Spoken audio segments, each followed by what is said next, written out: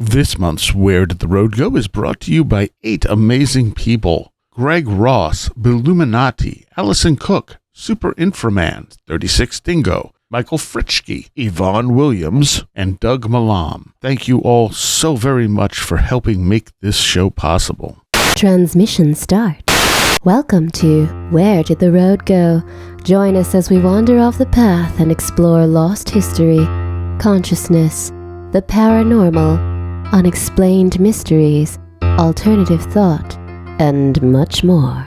We are present on the web at wheredidtheroadgo.com. Now here is your host, Soraya.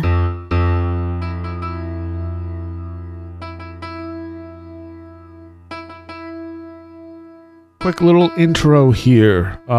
Tonight we're talking with Christopher Ernst and Adam Go-Rightly, and we're talking about Discordianism.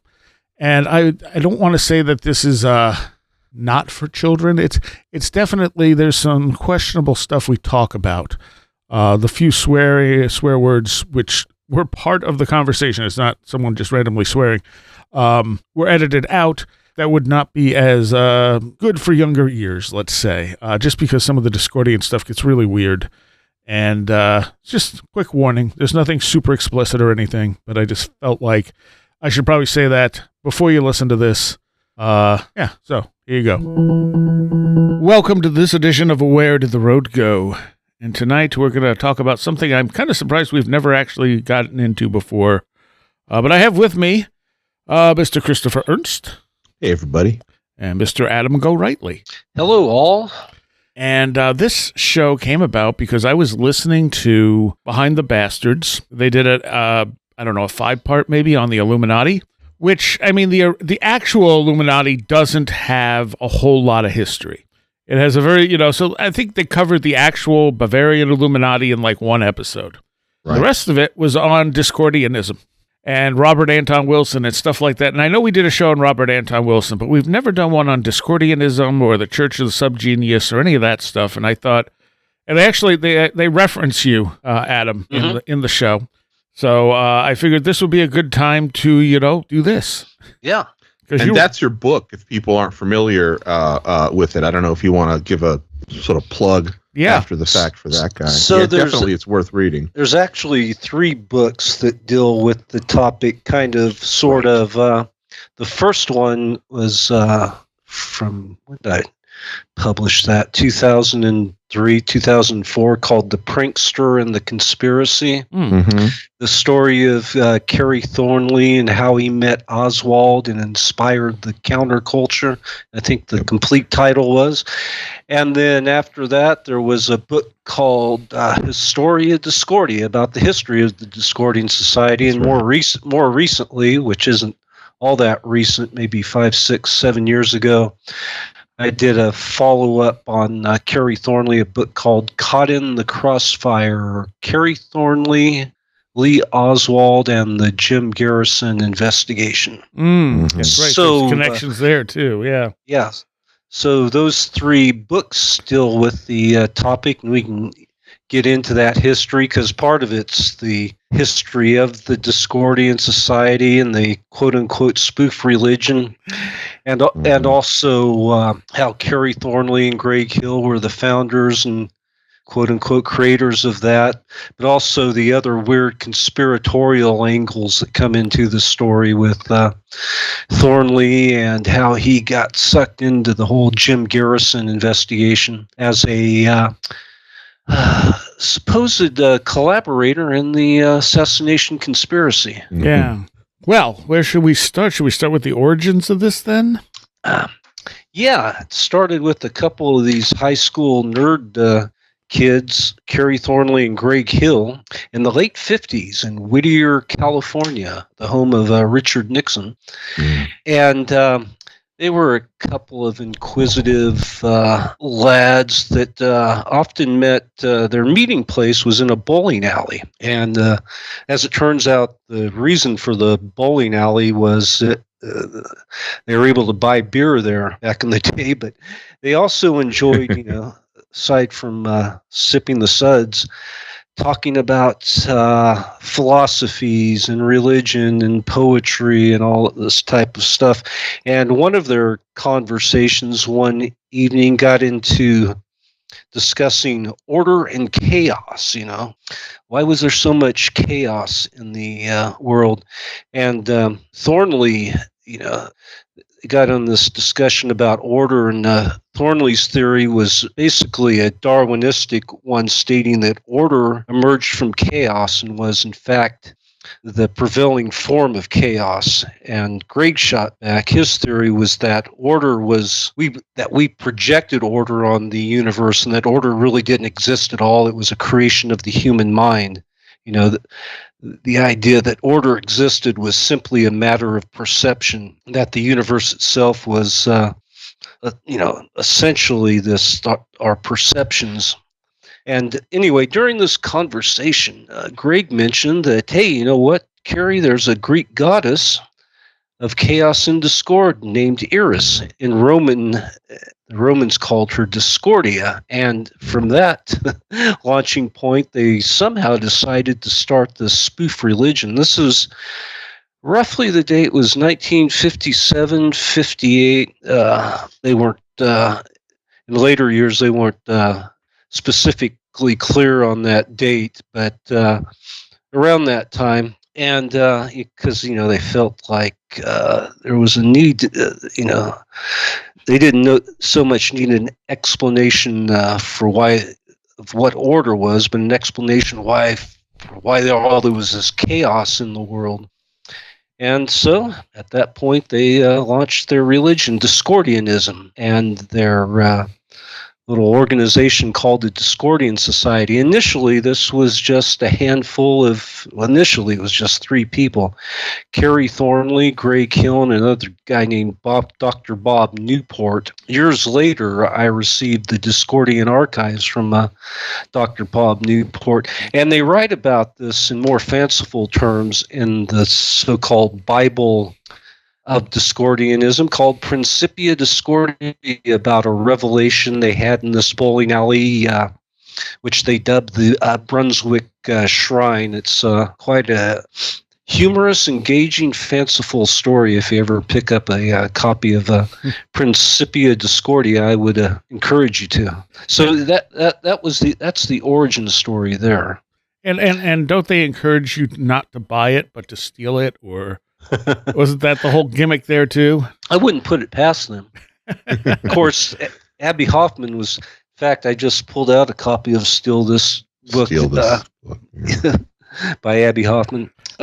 Well, yeah, you're right in a sense there, Soraya, that Greg Hill created something over time called copyleft, which was basically kind of much like what Creative Commons is on the last edition, official edition, printed by Lumponics. This was in the 80s. He, as part of the contract, he said, afterwards, I'm putting this in the public domain and anybody can republish it in any form they want. And so it's gone through all kinds of different iterations over the years by a lot of people printing their own versions of Principia Discordia, sometimes adding stuff, sometimes taking out some of the good parts, but hey, that's the chaos they unleashed upon the world. Yeah, the original was published, even though it was, obviously short, very early, like a lot earlier than I remember. It was in like the early 60s, right? Mm-hmm. Yeah. Well, that's one of the crazy stories here. The original Principia Discordia was published. There was like 5 copies. Right. Published it and handed it out among the 5 members of the Discordian Society at that point. And in later years, Hill and Thornley said, well, that copy was basically lost. No one saved an original, or at least that was Carrie Thornley's impression. Gotcha. Yeah. But I ended up with the original copy, which I still have, not more than really 15 feet away. Probably worth God knows how much it would be worth. I have no aim to sell it, and eventually I'll put this in a library. But I have that original edition. Over time, it really transformed into something else. There's a weird story connected with that, the first edition and the Garrison investigation, but maybe we don't need to get into that yet. But over time, actually, probably since we at this juncture, we ought to move to Carrie Thornley and Lee Oswald before we jump back into the Discordian Society. Well, I wasn't even aware of any of this until like sometime in the maybe mid '90s when an ex-girlfriend of mine gave me, I think, first the Illuminatus trilogy from Robert Anton Wilson and then Principia Discordia. And I was just like, it had such a strong impact on me. I loved the concepts behind it, and it influenced a lot of early movie stuff we did. Yeah. Let me make a note. We'll get trying to kind of do this chronological, but we'll get into how the connection with the Robert Anton Wilson and Illuminatus. Yeah. Well, let's go into Oswald. So, I didn't really hear about Discordianism until the 90s too, and I didn't know what the heck to make of it at that time. But I knew about Carrie Thornley. He was kind of a character you saw writing for zines upon occasion. He was the founder of Discordianism, whatever the heck that was. I didn't really understand much about it at that time. I was more interested in Thornley, and I first heard about Thornley, I believe, in a book called Conspiracies, Cover-Ups, and Crimes by my friend Jonathan Vankin. Okay. And he wrote a chapter about Carrie Thornley in that book and said that later, he was, after that was published, he was considering writing a biography, which sounded great. Now, as he depicted Thornley in the book, he talked about Discordianism, of course, and then how in the late 1959, Thornley was in the Marines and he met Lee Harvey Oswald. Oswald had just come back from Japan, where he'd gotten in trouble and kind of demoted, and this was kind of a boot camp type setting for basically radar technicians, is what Thornley was trained for, and what Oswald had been doing over in Japan. So these two guys kind of clicked in the sense that Thornley, like I said, liked to talk about history and politics and different ideologies, and he kind of was intrigued by this Oswald character who was seemed to be interested in socialism and subscribed to Pravda, and they had conversations about, for instance, George Orwell's 1984 and these type of things. Mm-hmm. And so Thornley basically knew Oswald for a couple months. Then Thornley got shipped over to Japan, Atsugi Air Base, where Oswald had been. As he was traveling over there, Thornley was a budding novelist, started working on this book called The Idle Warriors, which was basically about a life of a Marine during the Cold War period and the melees going on at that time. And he based the character in that book, Johnny Shelburne, after a handful of different Marines he had known, himself, a few others, and also Lee Harvey Oswald. So he gets over there to Atsugi and he hears that Oswald has defected.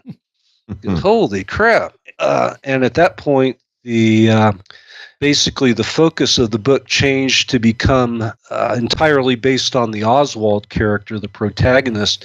And so Thornley, in essence, was writing a book about Oswald. We're talking 3 years before the Kennedy assassination. And so that's where the trouble started for Thornley. So he gets back to the States after putting his time in the Marines, and he hooks back up with Greg Hill, and they're in Whittier there, and they decide one night they're out kind of walking around town making noise, and it was kind of a quiet conservative town at that point, and they got getting ahead of myself. As Thornley told the story, and he explained it actually in the Warren Commission report when they interviewed him, that first they were at Greg's house.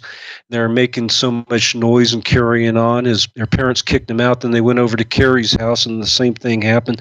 Anyway, so they're on the streets of Whittier, whatever, making noise and being silly, whatever, and some cops pulled them over and told them, you can't be having fun at this hour of night. And so they decided, let's go someplace interesting. And they decided to move to the New Orleans French Quarter. So that was 1961.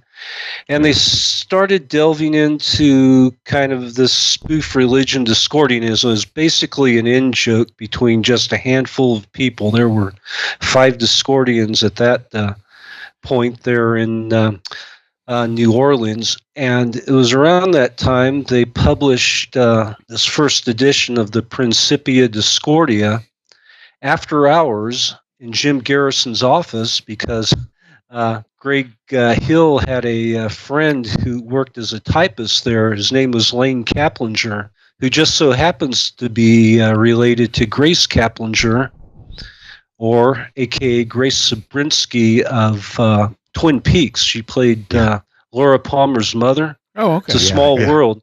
And Right. Thornley had a romance with Grace Zabriskie too, and I interviewed her for that first book. And so that's, this first edition was printed on basically in Garrison's office after hours. Right.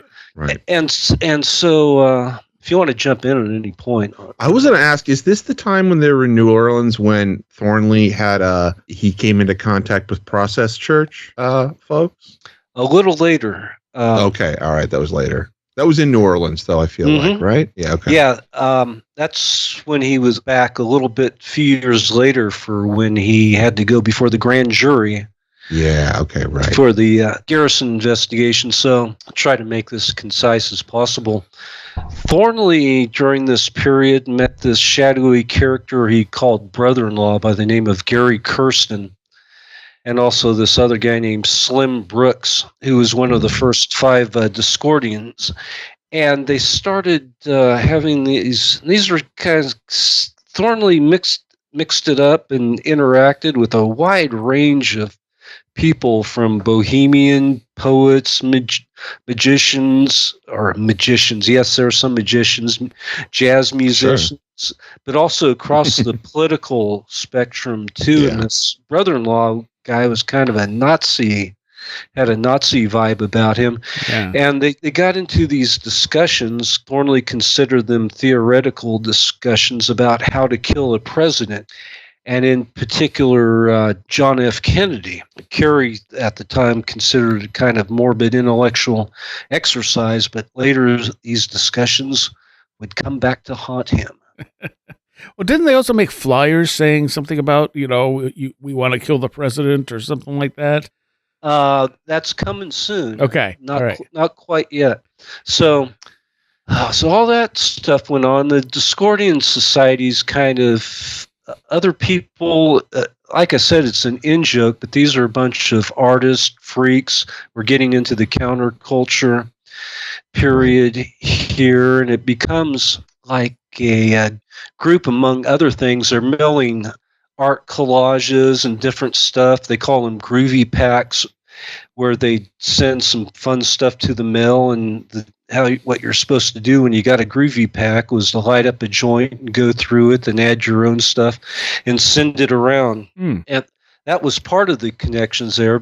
And Robert Anton Wilson got involved with that. And how Thornley and Wilson first met was Wilson was the editor of the Playboy Forum, where they tackled topics more about politics at the time, and as opposed to, I think there was another forum in Playboy dealt with the sex stuff. But right, Thornley started a correspondence because he was he at that time was working as an editor for probably the first libertarian magazine.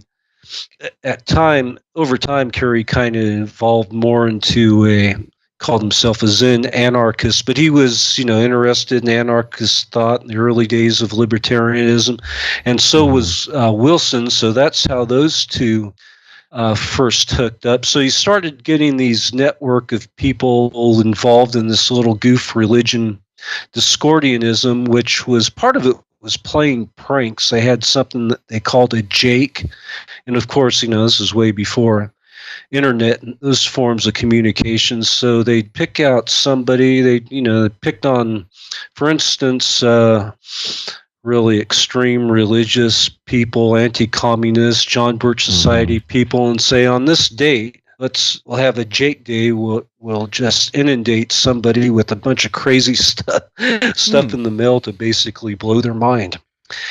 They were doing those type of things, and around this point in 1967, Garrison actually started his investigation in 1966, and in 1967, Thornley became a target because some people became aware. Thornley wrote a book called Oswald, and he had known Oswald, and that Garrison and other conspiracy theorists and people that were latching onto his investigation thought maybe Thornley was up to no good here, that he was one of Oswald's handlers. One of the other theories that he was one of the notorious Oswald doubles. They thought that the book he had written called I guess it was just called Oswald, was basically an attempt after the fact to portray Oswald as a communist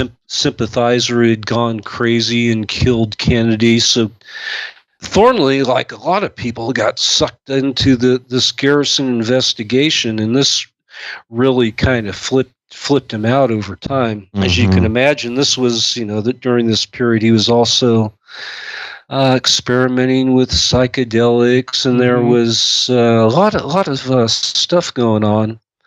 And so one of the things that happened, some people stepped forward to defend Thornley. One of them was Wilson, and somehow they got the crazy idea that they do a jape basically on Garrison, or a project they launched called Operation Mindfuck. Right. And you might be aware of the film here, the documentary recently. It's been a few years now that Adam Curtis came out with it, based on some of my work, called Can't Get You Out of My Head, which documented this Operation Mindfuck. And so basically they're trying to recruit other people. I have some of the original kind of fake letters they sent out to recruit other people to join the Bavarian Illuminati. So they were kind of reviving this and making fun of, at that same time the John Birch Society was starting to come up with these claims that the Illuminati was behind all of the major assassinations. And even Garrison latched on to some John Birch Society people that were feeding him information that, yes, the Illuminati was indeed involved at some level. Was that, I'm trying to remember, was that Alan Chapman? Was that the name of the guy? That's the dude's name, yeah. Yeah. And so it's from your book. That's what I remember, trying to remember. I'm remembering it from your book, or I think, yeah. And so this is one of the crazy things the Discordian Society did, but eventually, a few years passed, the Garrison investigation basically wound up. The main one he charged was Clay Shaw, played by Tommy Lee Jones in the movie, and he was acquitted of all charges. And basically, he was going to... Garrison had a history of going after homosexuals, and that's what he claimed. One of his theories that it was a homosexual homicidal cabal that was behind the assassination, and Thornley was somehow involved in this. And imagine what this did to Thornley's head. Around 72 or so, he came across some information about... It was basically in a book called Coup d'etat in America, which was acronyms for the CIA. And it claimed that it basically had these photos of the three tramps with these overlays Yeah. he put over him, and one of them, they claimed one of the tramps was E. Howard Hunt. And when Thornley saw that photo of this tramp, he thought, "Oh my God, that looks like remember the Nazi brother-in-law guy?" Yeah. Yeah. And in that book, they were saying it was E. Howard Hunt, the Watergate burglar, who's been other people have connected to the Kennedy assassination. From this point, Thornley kind of spiraled out of control, and there was a history in his family of paranoid schizophrenia. And so over time, Thornley thought, well, maybe Garrison was right. Maybe I was part of the conspiracy, but it was unwitting. I didn't know it, and they brainwashed me, or then washed my mind of all the memories. But now these memories are starting to come back, and from there, his conspiracy theories just got more convoluted and outlandish. And At one point, didn't he think he killed Kennedy? not exactly, but Okay. he made some outrageous statements, like on I think the show was Inside Edition, or one of those ones where Oh, yeah. he made some claim. Well, no, I didn't do it, but if I would have had a chance, I would have shot the bastard. And he was basically saying what he had said as a snot-nosed kid, back at the time of the Kennedy assassination, but putting, people have that perception, and that's how it was billed on that program, that he admits that he was part of the conspiracy. And what he basically believed at one time or another, that there was a conspiracy and that he had been manipulated by it, and he might have been a part of it unwittingly. Now, at the time, he was only living like a couple of blocks away from Oswald, but he said he had no idea Oswald was actually there until after the shooting, right?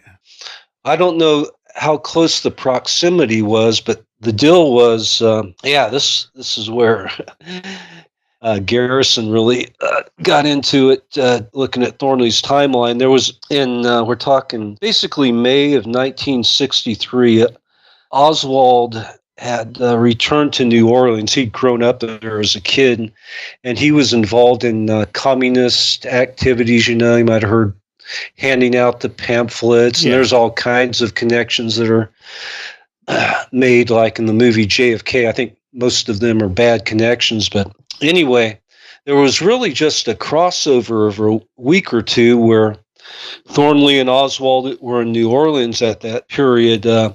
Shortly after Oswald showed up, Thornley took a vacation back home to California for, I forget, several weeks, and then came back through Mexico, then was back in New Orleans by the time Oswald had left. But his movements all became part of Garrison's theory.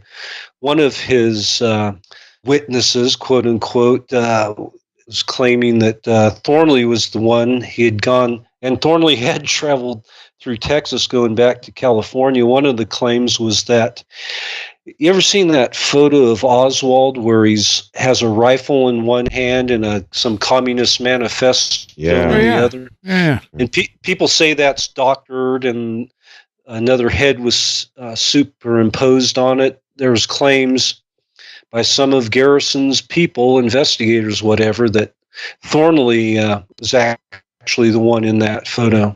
And, that Thornley was one of the Oswald doubles. And then when he was coming back through Mexico City, kind of coincided with the timeline where there was stuff related to the Kennedy assassination or people suspected going on there at the Mexican embassy. Oswald had been there earlier, so people were connecting all these things, and this was all part of Garrison's grand theory. Now, when they questioned Thornley about it, he claimed that no, he did not see Oswald when he was there in New Orleans, but a witness came forward called Barbara Reed, who just so happened to be one of the first 5 members of the Discordian Society, and at one time or another claimed that she was the goddess Discordia herself. Yeah, right. That's right. She was quite an unreliable narrator. But she's another one who latched onto the Garrison investigation. She's a pretty colorful character herself. I have a website called Historia Discordia, and I get into in depth on some of these characters. There's like a several-part series on Barbara Reed, who was involved in all kinds of stuff. She was a notorious witch of the French Quarter. She was really key in reviving the jazz scene during that period, a pivotal player in that. Probably that's the most important thing she did. But then, she got involved in the Garrison investigation as well. And that's Garrison. He had all these people who she was a witness, but she also became an investigator for Garrison. And, and he never really called her as a witness. And without getting too deep in the weeds, she was somebody who was always putting herself in the middle of situations and coming up with all these crazy stories about what happened at a certain time. But then they talked to other witnesses and was like, no, I didn't. I wasn't aware of any of this. So, and she claimed in Garrison that there were several other witnesses who, for instance, saw Thornley with Marina Oswald, but none of that stuff, when I dug into it, panned out, at all. There was really no other witnesses besides Barbara Reed. Okay. To seeing Thornley and Oswald together. Right. And later, Thornley, when he started going off the deep end, once again, he's going, well, maybe I did see Oswald there and didn't recognize him, or they'd messed with my head or something. But as his theories became more elaborate later on, he believed that he and Oswald were like twin clones of a Nazi breeding experiment. Really? Yeah, just... Like I said, off the deep end. When was it that you were corresponding with him? Was that in the late 90s? Mm-hmm. Early mid 90s. He died in 97 or 98. Oh, that's right. Yeah. And you're talking about Illuminatus, so they had those connections with those guys, and they were aware of all these weird conspiracies about Thornley and the Kennedy assassination in the late 60s, when Robert Anton Wilson and Bob Shea were working at Playboy. And that's when they started working on the Illuminatus trilogy, and they were also getting people writing in crazy letters about other conspiracies. So they took all that material and wove it into the Illuminatus trilogy. And in fact, Kerry Thornley and Greg Hill as both appear in that book in a fictionalized way. And so a lot of the stuff going on with Illuminatus that time was part of this circle where they're trading information and crazy stories and whatnot.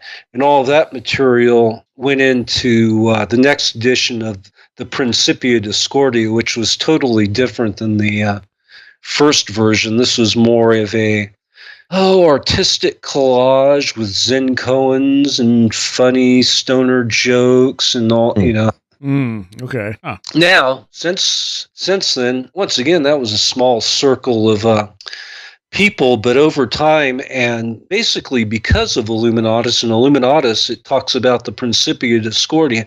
I remember when I read it, a lot of this stuff was just flying over my head. It's just a bunch of made up stuff but in the real world, there actually was a Principia Discordia, and there was Kerry Thornley, whose Discordian name was Omer Khayyam Ravenhurst, and Greg Hill, who is Malaclips the Younger. These characters show up in the book. Wilson was Mordecai the Foul, and they all had these Discordian alter egos, and they all started their own kind of Discordian cabals with different names, and sometimes one cabal had no idea what another cabal was doing. They were just sending all of this stuff out there into the universe.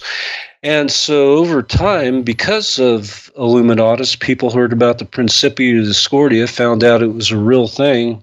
That's why there was that Lumponics edition was published in, when was that? I guess around 77, 78 after Illuminatus, and a good amount of that was published. I mean, a few thousand copies maybe, but that was seeded into counterculture, subcultures, and so it kind of grew as a, it's called an in-joke, but some people actually took it serious. Everybody has their different idea of what Discordianism means to them, and Discordians are all encouraged to go in different direction. The motto is, we Discordians must stick apart. Right. It's interesting to draw the parallels of it's interesting to draw the parallels there about like Lovecraft and the Necronomicon. Like people read Lovecraft and then they go, oh, there's a real Necronomicon that was also just a piece of fiction. Yeah, and that's in the Illuminatus trilogy too. Is it? Okay, I don't remember that. It's been a while since I've read it. Mm-hmm. And they were bringing all this stuff with the Illuminati and these like a bit of Nazi mysticism and the Illuminati against the Discordians.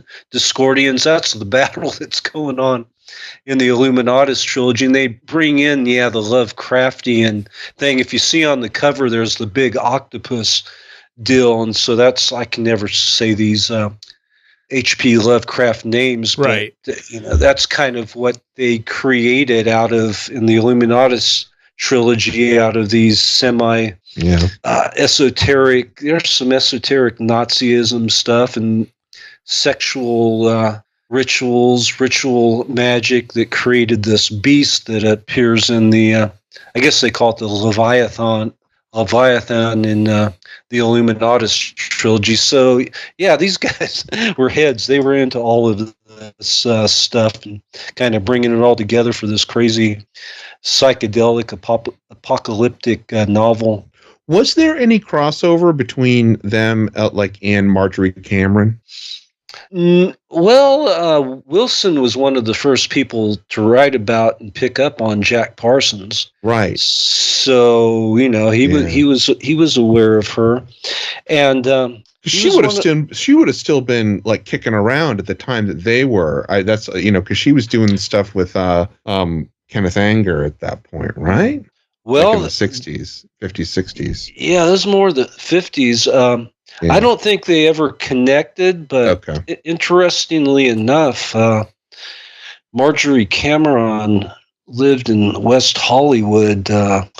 There's a good biography on her called Wormwood Star or something. Yeah, I think that's what it is. Wormwood Star. Yeah. And I had no idea at the time. People really didn't know where she was during that period, but she ended up living pretty close to where Greg Bishop lives, up until the late 90s when she died. I would have, if I would have been aware of that, I would have sought her out just to talk to her. Yeah, was that Parsons' wife that Hubbard stole? Mm-hmm. Okay. Yep. She was the Scarlet. No, not the one that stole. She was the Scarlet Woman that sort of showed up after they had done the working in the desert. Showed up on his doorstep. Okay. Right. Yeah. Right. I was going to say, so Discordianism grew, and nowadays there's how many people identify as Discordians. Sure. If you get on the web and look around, it's probably, God knows, hundreds of thousands, maybe. Yeah. But people don't really, average folks don't know about it. But it kind of, during the whole, presidential campaign in 2015, some people picked up on, part of the thing with Discordianism is ritual magic, mean magic, Operation Mindfuck. And that kind of got co-opted by some alt-right neo-Nazi types. Right. And I remember seeing some videos at the time going, oh, shit, they're connecting Pepe the Frog to Discordianism. It's like, ugh. So everybody has their own kind of spin on it, and utilizes it or takes Discordian and uses it for their own agenda, whether it's Well, it is about chaos. I mean, it's influenced so many different, I guess, countercultural currents. If you think about, all the like 90s sort of chaos magic coming out of the UK, that was all influenced by Robert Anton Wilson and Discordianism. Mm-hmm. And it just keeps on popping up over and over again. Yeah, but part of it is embracing chaos and letting it, letting those energies, trying to tap in those energies and using it in a creative way. When all the stuff happened with the Garrison investigation, he started spiraling out of control. At one point he told Greg Hill, if he would have known that Eris was going to cause him all this problem, he would have, worshipped Venus instead. Right. So what happened to Greg Hill then? I feel like he's, lesser focus is oftentimes put on him because of Kerry Thornley. Well, he was kind of the driving force between, a lot of publishing the materials and kind of organizing people in different, these pranks and different campaigns and crazy stuff they did. But basically, he was an introvert, and Thornley was the extrovert. Sure. And at some point, he just kind of there was alcoholism going on, and he kind of withdrew from the whole scene. He would pop up now and then, but he had. He was such a creative, deep thinker, but at one point in his life, he was an early computer programmer. Supposedly came up with one of the first versions of the computer solitaire, and came up with the basically software programming in the early days of programming for Bank of America, of all things. Oh, and so he went to work for Bank of America, and he kind of really, for many years, devoted himself to that and got pretty up high in the ranks of Bank of America, as a manager as far as when computers really came into banking. So there was that side of him, too. He was, in a sense, an early hacker. One of the early hackers, and people find there's like in some of the early computer programs, there's little what do they call them, Easter eggs? Oh yeah, that kind of hint at Discordianism. We don't know if it was Greg Hill or not. So he was definitely an influence on that part of the culture too. He died in 2000. Just a couple of years after Thornley died. It's interesting how the Illuminati thing has kind of embedded itself into our culture. Yeah, and I don't know if Wilson and Shea had any idea with the Illuminatus trilogy that they were going to help that embedding into culture, because it was meant as a joke. They were poking fun at what the, for instance, the John Birch Society was promoting that anti-Illuminati type hysteria during the late 60s. Okay. Where did that come from? Well, it's something that got picked up upon a few times in history. The original Illuminati didn't last long, but no. If you look at the history, and I can't quote it off the top of my head, but they became like demonized as, they were libertines, seen as, and they get connected with anti-Semitic stuff. So different conspiracy theorists like Nesta Webster was somebody who wrote a book at one point, and there was another guy, John Robeson, like in the early 1900s, that would bring up the Illuminati again when you were having these different political movements going on that were kind of anarchist. And so they would point to, it's these people behind the scenes pulling the strings. And the John Birch Society was basically saying the same thing. First, it was the anti-communist, or there was the communists that were, like during the 60s, that were manipulating and funding the anti-war movement, civil rights, all of this stuff to kind of demonize it. And somehow it morphed into the Illuminati. And you can, oftentimes there was some anti-Semitic undercurrent running there too. Like today, you see some of the same tropes and themes going on. Yeah, Thornley was a proponent that the CIA introduced LSD to California counterculture, right? I don't know if he ever. I could see where he might believe that, but yeah, I don't know. I feel like I remember reading that somewhere. But maybe I'm misremembering. One of the things that is interesting was at Sugi Base, where both Oswald and Thornley were based. Supposedly during that period, they had the biggest stockpile of LSD at that point, and the CIA also had a presence at that base. So this was in a Rolling Stone article several years back that they were doing. You've seen the old films of the army guys getting drugged and trying to walk in formation, and so some of that supposedly was going on at Sugi Base, where both Oswald and Thornley were at.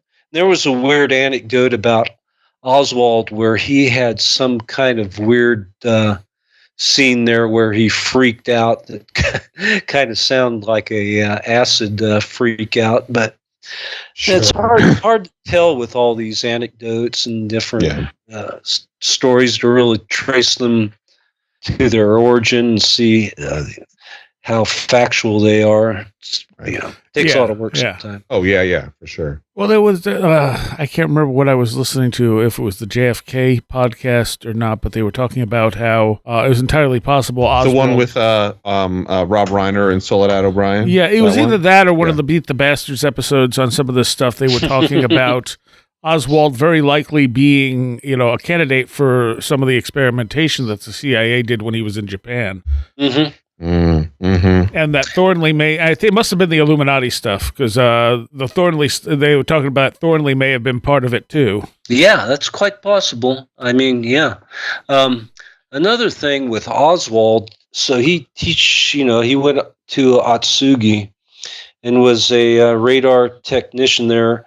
And that's where Gary Powers flew out of. And remember, he got shot down in the U-2. And Gary Powers later said that it might have been Oswald that when he defected that caused that shoot down or whatever. But when Oswald knew Thornley, they were at Atsugi Base, which was in El Toro Base in California. Oswald came back. He speaks Russian, which is weird. He's kind of promoting socialist ideas, and there's been some theorizing which makes sense that basically he was a spy there to get into the ranks and find out who had sympathies perhaps in the unit. Yeah. So there's that, yeah. Right, yep. It's, he was a young dude, though, to make him a super spy or something. He was, Yeah. Early 20s. I guess they got to start at some point. Yeah, but he also seemed to be very smart. I mean, the guy learned Russian very, very quickly. Mm-hmm. Right. And there's these theories that there were two Oswalds. And I don't necessarily buy into that, but some of the arguments made in the book called what do you call it? The Two Lees. It was by John Armstrong. He showed a lot of stuff, and other people have looked at this, how the Oswald who came back from Russia seemed kind of different. They do photo comparisons and stuff. Anyway, I've heard there's like a famous recording. I have the record called Self-Portrait in Red, where they talk to Oswald when he was in New Orleans, did this interview. He was promoting his pro-Castro stuff. So that record and the tape, I'm sure you can probably find it on YouTube now, is basically a debate with an anti-Castro Cuban and Oswald. And Oswald has this sound to his voice, the way he talks. It's like it almost seems like English isn't his first language. You know how you can pick that up with some people. So there's some. Maybe it was being back from Russia after being there for Madonna syndrome. Yeah. Huh. So a lot of oddities about the dude for sure. Oh yeah, and the connections to the Thornley are strange. Because I think they had someone suggested somewhere along the way that Thornley might have been the scapegoat if Oswald didn't work out. That's what Thornley believed. Yeah, that's what it was. Okay. Yeah. I mean, I'm fairly convinced that Oswald was a patsy. Just like he said, I don't think he knew what was happening. And especially after that whole Who Shot JFK podcast. Like, because here you have very big name people also going over the data in a fairly unbiased way. I haven't listened to that. I'll have to check it out. Yeah, I have no idea at this point. The reason I got interested in Thornley was back in the day I was heavily into the JFK assassination. I probably read 100 books. And thought I had it all figured out at one point. Now I have no idea. Well, it's one of those things that's intentionally obfuscated. You know, it's not. I just blame everything during that period on Dulles. Yeah, it's some. It's the same people that have ruined most of the second half of the 20th century. So I'll have to check that out. So it's I've heard about this. That's a podcast. Yeah. Rob Reiner produced it. Who Shot JFK? Yeah, it's Rob Reiner and Soledad O'Brien. Yep. Okay. Soledad's cool, but I'll probably be pulling my hair off listening to it if they're listening to Meathead. Oh, I like Rob Reiner, but well, we'll see. Yeah, right. It's very well done. It's very well documented, which is good because it's not just jumping at random theories. Because I mean, anyone can theorize. You know, they're using the data that's available. So and now and all that JFK stuff that never got released. Well, I mean it did, but it was at the discretion of the CIA or the FBI, right? Yeah, a lot of it's been released. They're still holding on to a little bit of it. Is it? Okay. I mean, some of it, people are making a big deal about it, but the like whoever with the FBI or whoever was saying, well, we're still redacting. We don't want to release the names of some of the. And you think, well, how many years has that been? But then it kind of makes sense that these people are maybe still have family in Russia. Who knows? Yeah. Okay. Sure. Yep. I always thought it was interesting that Russ Baker from Why wrote his book on the Bush family because he had seen an interview with Bush Sr. asking him where he was when JFK was shot, and he said he didn't know. Yeah. And it turns out he was in Dallas that morning with a group of other conservative leaders and then making a speech a town away, when he was actually shot. Mm-hmm. And there's some other weirdness there, too, with him calling in fake leads and stuff.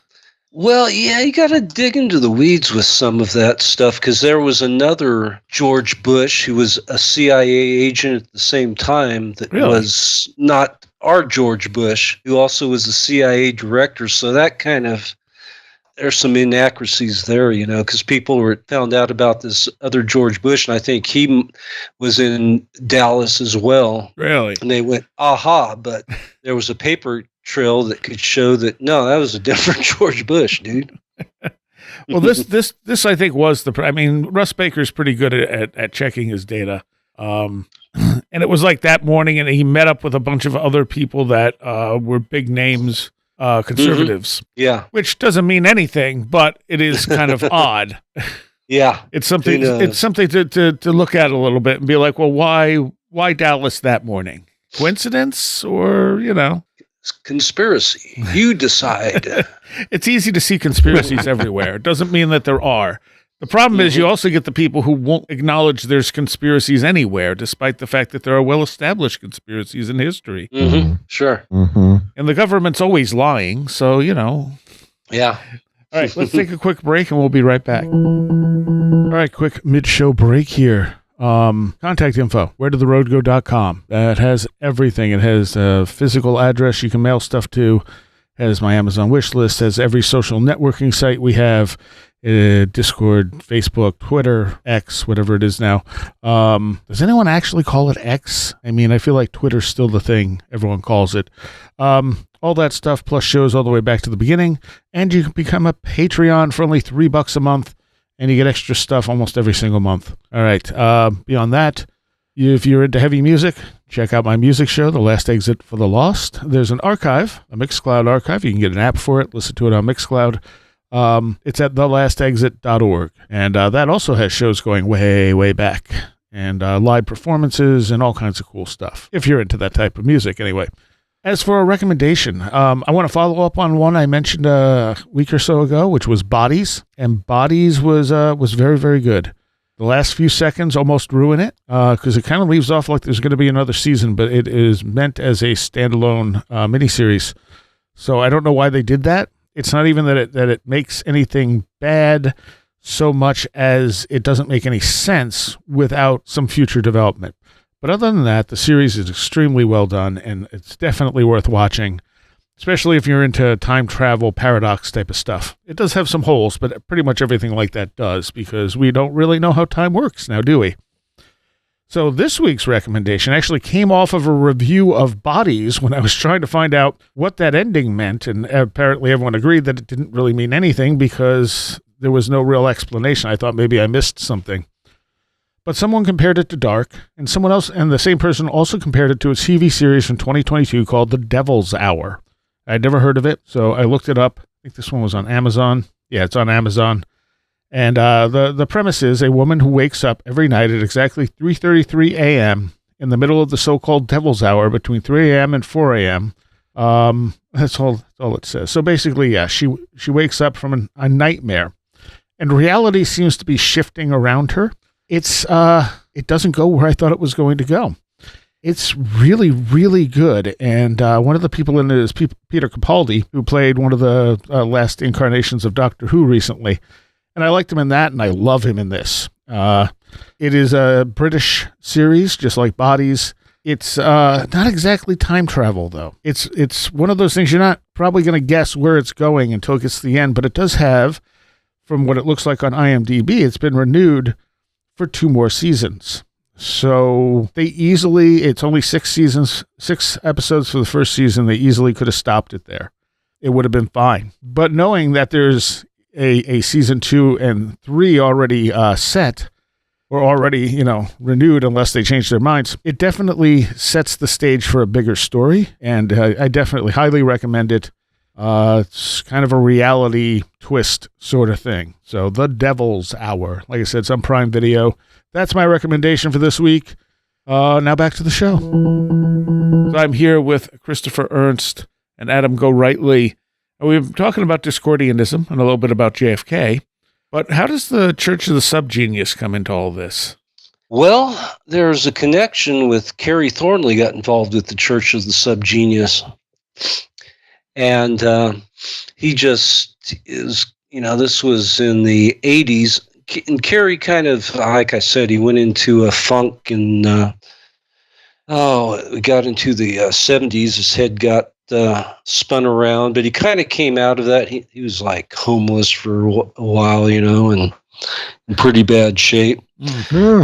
But he also got in on medications later in his life that kind of turned things around. But he got involved with the Subgenius because he saw them in, I guess, zines, or somehow became aware of them. And there's a famous photo that's in my book, Prankster and the Conspiracy, which Ivan Stang let me publish this photo. It was a Christmas card or something of that nature that Kerry sent out when he's heavily into his Subgenius phase, where he's nude in a chair. And then Ivan Stang had some joke about it, if I can remember. Kerry had a love in his heart for all things, even chairs. As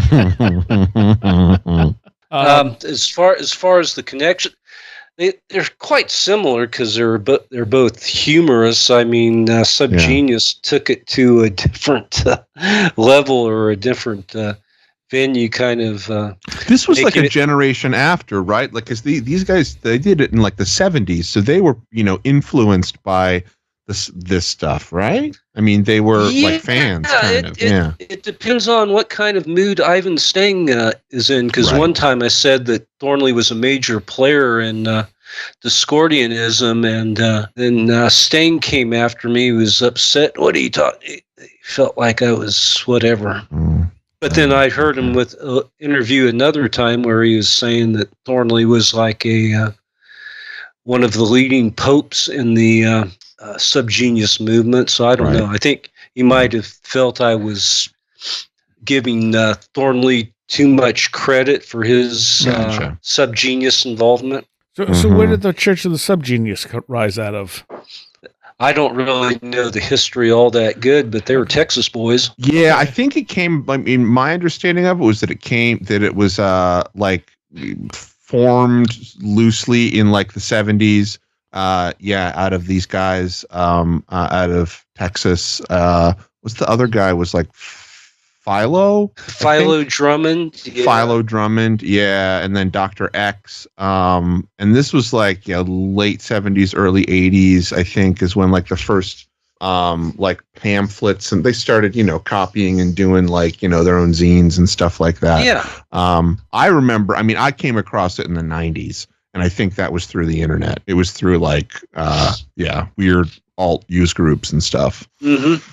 Stang put out a great book called High Weirdness by Mail, if you ever can get a hold of it. It was in the late 80s, about all different resources of wacky religions and paranormal stuff and cracks, quack science and all these type of things. So they were into a lot of the stuff the Discordians were. Their main thing was Slack. I don't know if I can explain what Slack is, but Thornley wrote a long treatise on Slack that's in the book, my book, Historia Discordia, which is a collection of all. At some point, I was passed on the Discordian archives by that had belonged to Greg Hill. That's where that first edition of the Principia Discordia was. Wow.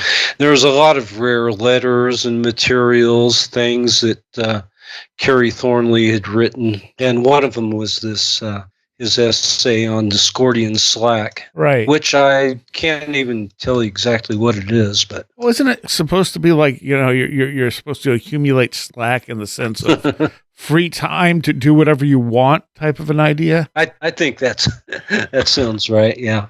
Yeah, because I mean, I think it was kind of part in some way, or at least I thought it was in the 90s, part of whatever the idea or the zeitgeist of Slack and Slacker. I thought that it was, a maybe subtle influence on what that ended up becoming, but it did have that, because it had kind of a similar idea of like free life, comfortable, doing whatever you want, like not getting involved in, the business of the man and stuff like that.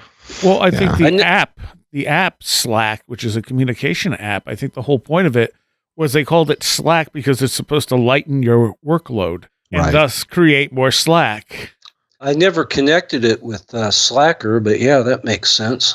I mean, I thought, in the 90s, that's how, it kind of felt like that to me. And I came across it. I feel like it was this guy, and shout out there, if you're ever there, Peter Stegman, who was this guy I went to high school with, who had turned me on to them. And this was particularly, I think, through our interest in like Cthulhu, because the elder gods are, the gods of the church, though they aren't. I want to say that. It's like Yog Sothoth is the leader, and then Jehovah One, who's who's the main god, if I remember correctly. I mean, part of their success were they were just funny. They were good writers, and much like Thornley and Greg Hill. And it combined all of the, it combined UFOs, the occult, conspiracy, weird counterculture stuff, all those things that I liked to see together. The floating head of Arnold Palmer. Right. And then the avatar of it too, which I also really appreciated coming from, growing up in a household, a hippie household that followed an avatar, is that they had this guy J.R. Bob Dobbs, who was kind of this like 50s Ward Cleaver type. He was, I think, the universal avatar or the world avatar or something like that. And they're basically taking, the Vedic idea of the avatar. The most recent one was this like quintessential American 50s kind of dad with the pipe and looks like Mitt Romney. Yeah, right. Yeah. Just like Mitt Romney. Did you pick up a few years ago? They found out where that image came from. No, where'd it come from? Yeah, somebody found a newspaper thing. It was an advertisement with that face. I don't think he had the Yeah, I'm sure That's if you really cool. Do a little web search and you can see where. Yeah. Came across that and went, whoa, it's Bob Dobbs, dude. Yeah. And they made, they made videos too that people passed around. Yep. That were just insane. Yep. And they got involved in a lot of like alternative music culture, which is another place that I came across them too. Like they were involved with members of Negative Land, who was this like early hacking collective. Yeah, which was really cool. They're really interesting. Negative Land. They did a lot of on public radio out of Berkeley, KPFK. There was Negative Land and a show called Over the Edge. I came across those years and years ago when they were actually they have huge archives, but yeah, they were definitely a Subgenius group. And once again, and they would crazy stuff. They would do all this sort of, that kind of like, culture jamming or, Operation Mind Effing type stuff. Like I remember, not to get too far off into Negative Land, but they had this big thing where they released like an album that was called U2 that had the cover was a U2 bomber. And they did this specifically to like get U2 to sue them. I think, like that's the kind of stuff that they would and they were a big part of like early sampling hacking culture and stuff. I would listen to their show, and one of them was Over the Edge, and so it was just a collage of sounds and stuff, and they'd be doing weird things in the studio and calls would come in. I remember this one time I was listening to it. There was a caller that was pissed, and he said, F you. And so they put that on a loop the whole show for the next 2 hours. And they'd bring in whatever they were into that night, some, who knows, UFO something or some weird angle of, it just, and they were, Subgenius got involved in, they're involved in Burning Man. Yeah. And there was I went to Burning Man in 96, 97. And, you have different art presentations, however you want, art displays or whatever. There was this big, weird, glowing, moving, breathing tower thing that was moving around. A bunch of people started following it. And as I understood, this was a Subgenius creation. And it was playing, thrift store weird music. It would move about 50 feet, then it would play some. I remember one song was playing was called "I Am a Truck," a great big truck. Funny stuff like that. And so we're all following it, having fun. Then it would stop. Then it would start. The music would stop, and it would start glowing and kind of breathing. And then it would start moving again. More people started gathering, just weird stuff that went on at Burning Man back in the day. I doubt it's much fun anymore. Yeah, well, all that stuff gets, commercialized very quickly. It's like, oh, people like this. How can we make more money at this? Right. You get the music festivals that start off like Lollapalooza, which were all, let's put together a bunch of bands that are truly alternative, and then a few years later, it's like, oh, here's all these mainstream bands playing Beyonce. It's going to be there. Nothing against Beyonce, but no, I mean it's changed. Like that's like top pop, music, big money. I mean, in our culture, anything that becomes in any way inspirational to people immediately gets taken over by the powers that be. Yeah, they see the profit to be made, and they also want to control it too. That's the other thing. So, is there anything Roland Barthes would talk about this in terms of semiotics and the sign and the signifier, basically like these things that become commodified by pop culture, like the Che Guevara, meme. Yeah. They lose all of their original context and end up having nothing to do with the original. Well, thing. yeah. They have no clue who Che Guevara was. Yeah. So is there anything we didn't touch on with Thornley here in Discordianism? Probably, but nothing else that comes to mind? I think we hit the high notes. Yeah. During that Behind the Bastards podcast, they actually play some of that Inside Edition interview, which was pretty fascinating. Okay. So interesting. Yeah, that was done by Sandra London, if you're familiar with her at all. Yeah. See, I thought there was a stronger connection between Discordianism and Church of the Subgenius. Well, there was a connection there for sure with Kerry Thornley, because he was involved in that.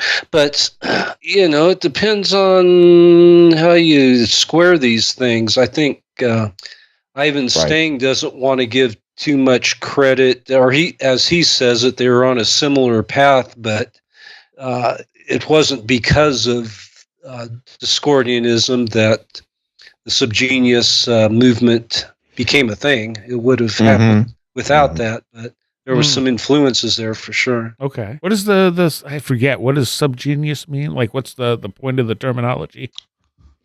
I don't know. It's like some midget humans. We've become subgeniuses. Okay. Yeah, okay. That sounds about right, yeah. And of course, Discordianism. Once again, that's not the best explanation, but yeah. And of course, Discordianism had Eris as their goddess of chaos. It's kind of like with Subgenius, are we not men? We are Devo. Yeah. I think Mark Mothersbaugh was, in fact, involved with Church of the Subgenius.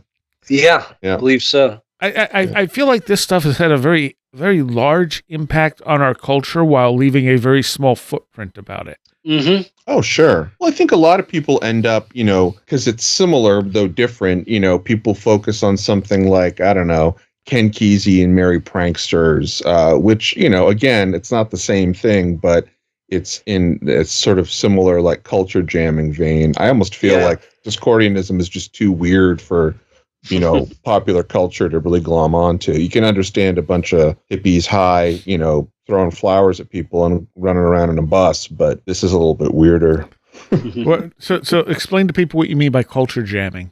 Well, the idea essentially of like, and maybe I'm using the wrong term. I thought that was sort of one of the original terms for it, but, figuring out ways to disrupt and upturn, I guess, modern, conventional, conservative culture. It's freaking out the normies. Operation Mind F. Yeah. So what role in this is AI going to play? I don't know. Because, I mean, I think AI is almost like Eris incarnated as a computer. Yeah, some chaos going on there. Who knows? You could stir up a lot of bad juju. Maybe some good juju, I guess, if you use it correctly. Yeah. Yes, yeah, but I think the way we've been using it so far has not been all that productive. Like anything, the trend is that it'll be misused. Yeah. It is interesting, though, from kind of in the same way that Negative Land was, exploring these ideas of property and copyright and remixing media, and the idea of like removing the original signification from something and, representing it as something else, which is all kind of part and parcel of, a lot of these different threads, philosophically or creatively that people are doing. I think there's something to that with AI. It's just unfortunately so completely subsumed by tech bro culture at this point. I don't know. I mean, I'd love to see some hacking of it in an interesting way that is, that freaks out the normies. But most of the time it's, I don't know if you're going to get that with Will Smith eating spaghetti or whatever. Yeah, that was Larry's deal, in the 90s was taking internet culture, and his thing was, well, we need to program our own realities, our own TVs. Things are going to change. You're not going to be watching network TV. You're going to be doing your own programming with all this virtual realities and computers. And that was a positive slant on how he saw things. But yeah, I mean, and that's kind of one of the things I think people are talking about in terms of AI is like, and we're very far away from this, I think, if not ever close to it. But the idea of like, you simply sit down and you say, I'd like to see Star Wars, but, done by Tyler Perry, and it just makes it for you and you watch it. It would be this completely subjective, programming of entertainment. Yeah. All right. So, Adam, how many books do you have published? That's a good question. I don't know. I had a feeling that was going to be the answer. Well, the problem is there's like variations of books. There's different versions of the Manson family book. I did an updated one, and there was like excerpts taken out of that for another book called Death Cults.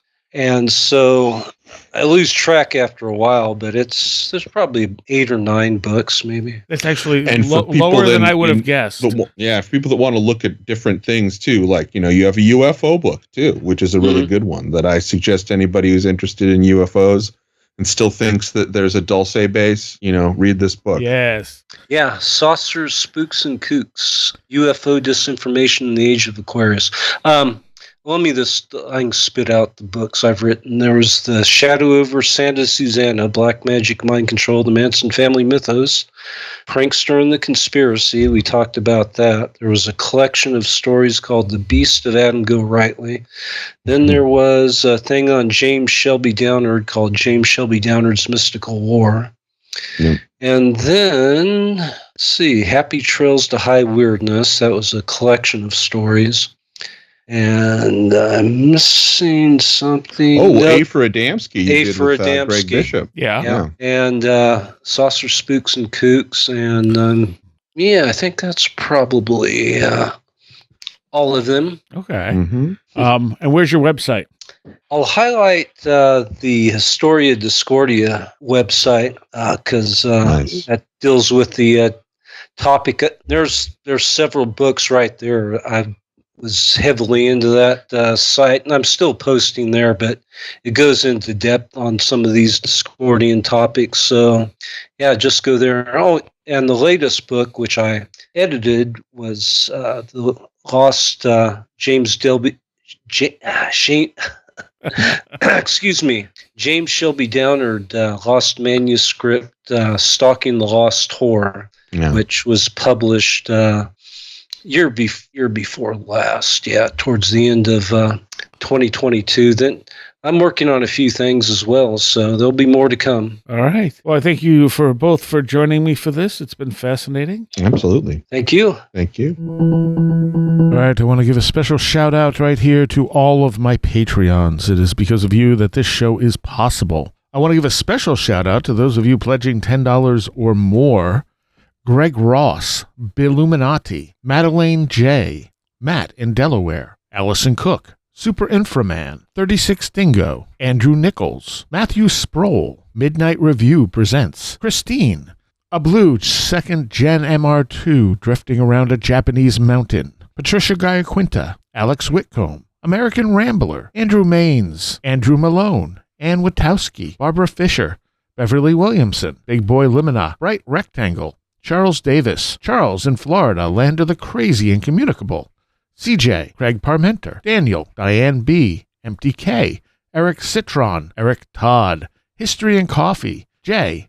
Otto Bullitt, Jack Huntington, James Lindsay, Jim and Sophie, John Mattingly, John Bracken, John Hooling, Carla Mahoney, Kevin Schreck, Cool Kitty, Kristen L., Laser Printer Jam, Lauren McLean, Linda, Linz Jackson K., MJ Armstrong, Mark Brady, Mr. Weird, Oli Andre Olar, Paul Jeffries, Perry Peters, Philosopher of Mirrors, Riker and Stark, Ron Dupre, Sam Sharon, Schmooples, a Devourer of Mortal Souls, Stacy Sherwood, Stevie Norman, Strange Stories with the Seeker and Skeptic Podcast, Tactical Therapist, Taylor Bell, the Esoteric Book Club Podcast, Thunderboy, Tyler Glimstead, Verosh K., Victoria, Vincent Treewell, Will Gebhard, Will Powell, Ren Collier, Annabelle Smith, Caroline Walker, TDT Skunkworks, Colin Karras, and Craig Sagastumi. Thank you all so very, very much for your support. There's a Patreon segment for this show where we go into other stuff that Go Rightly has written about, talked about, etc. And so if you're a patron, you'll have that. It's only $3 a month, and it helps us out greatly. So if you go to wheredidtheroadgo.com and click on the big Patreon link, you can become a patron yourself. There's also merchandise and stuff up there. I never mentioned that, but both designs from the late Jeff Ritzman and the three designs that Tim Renner did are all up, available on all kinds of stuff, shirts, pillows, posters, you name it, it's available. So if you like any of those designs, again, we don't get too much from that, but it helps out, and then you get to wear our stuff out there and tell people about the show. Also, ratings help, too. If you want to give us a good rating, we very much appreciate it. Want to welcome a new patron this month, Richard Culvert. So welcome, and I hope you like the extra content. And I'll see you next time.